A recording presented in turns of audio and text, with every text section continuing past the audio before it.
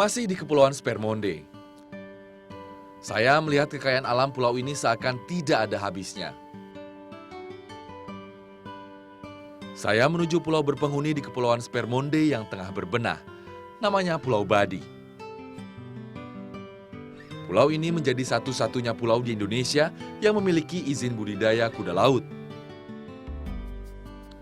Ironinya, budidaya ini merupakan hasil kerja keras antara nelayan pulau dengan perusahaan asing milik Amerika. Jadi tujuan utama budidaya kuda laut itu dari nelayan-nelayan untuk bagaimana bisa sejahtera dan dari masyarakat pesisir itu bisa merubah dari pemburu ke pebisnis. Supaya itu menjadi pemburu-pemburu laut itu bisa mengurangi kenakalan laut. Meski cukup berhasil, budidaya kuda laut masih terkendala aturan kuota pemerintah. Dahulu, penangkapan kuda laut pernah dilakukan secara masif oleh nelayan tanpa adanya usaha konservasi. Kementerian Lingkungan Hidup pun akhirnya membatasi jumlah kuda laut yang dibudidayakan, yaitu hanya 200 ekor per bulan. Akibatnya, konsumsi pasar kuda laut di wilayah Asia sebesar 16 juta ekor per tahun lolos menjadi peluang nelayan. Budidaya kuda laut memang masih cukup sulit dilakukan oleh nelayan yang masih awam. Namun dengan pembinaan tim ini, perlahan mereka mulai belajar memahami tata cara pembudidayaan yang benar. Di Pulau Badi, anak-anak pulau bertugas mencari makanan kuda laut berupa awang-awang. Awang-awang adalah jenis udang yang super kecil dan merupakan makanan favorit dari kuda laut. Imbalan sebesar Rp10.000 untuk awang-awang yang mereka dapatkan bisa menjadi uang saku mereka saat bersekolah. Maklum saja, pendapatan orang tua mereka sebagai nelayan umumnya tidak menentu. Pemberian pakan kuda laut sebanyak 2 kali dalam sehari. Kuda laut hanya diberi makan sebanyak 3 hingga 5% dari berat badannya. Kuda laut juga membutuhkan perawatan yang serba bersih dan steril.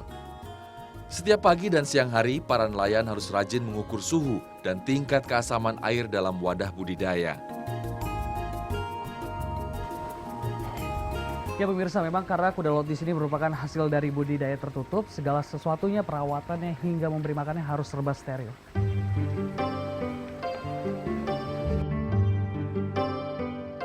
Kesalahan dalam perawatan bisa menyebabkan pertumbuhan kuda laut terganggu, bahkan bisa berakibat kematian.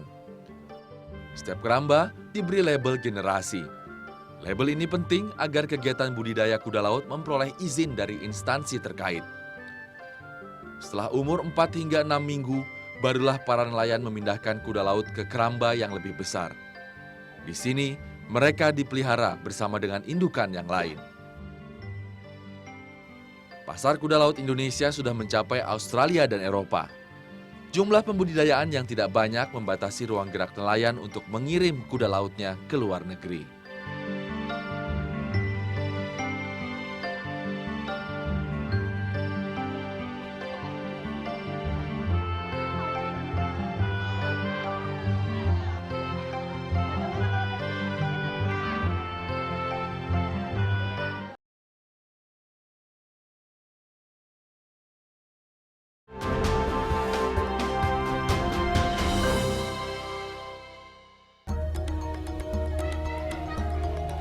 Menyelusuri Kepulauan Spermonde, saya tiba di pusat pembelajaran Sipakainga. Sipakainga adalah rumah belajar bagi anak-anak pulau di Kepulauan Spermonde. Di sini, anak-anak belajar apa saja, terutama meningkatkan pengetahuan mereka tentang kelautan. Metode materi ringan dengan model pembelajaran motorik menjadikan suasana belajar menjadi sangat menyenangkan. Pembangunan pusat pembelajaran seperti ini diharapkan dapat mengubah perilaku masyarakat pesisir yang masih belum benar.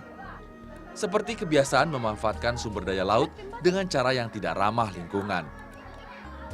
Dari anak-anak inilah, harapan perubahan cara pikir dalam menjaga laut mereka menjadi lebih baik. Kekayaan laut Indonesia begitu sungguh melimpah. Melihat potensi kelautan di Sulawesi Selatan saja, tak terbayang peluang besarnya devisa yang bisa didapat dari sektor ini. Namun sayangnya, negara ini seakan belum mampu mengelolanya dengan baik dan terkesan tidak peduli. Sebagian kekayaan alam laut akhirnya dibudidayakan oleh pihak asing, sementara sebagian lagi diburu nelayan dengan cara yang membahayakan nyawa mereka.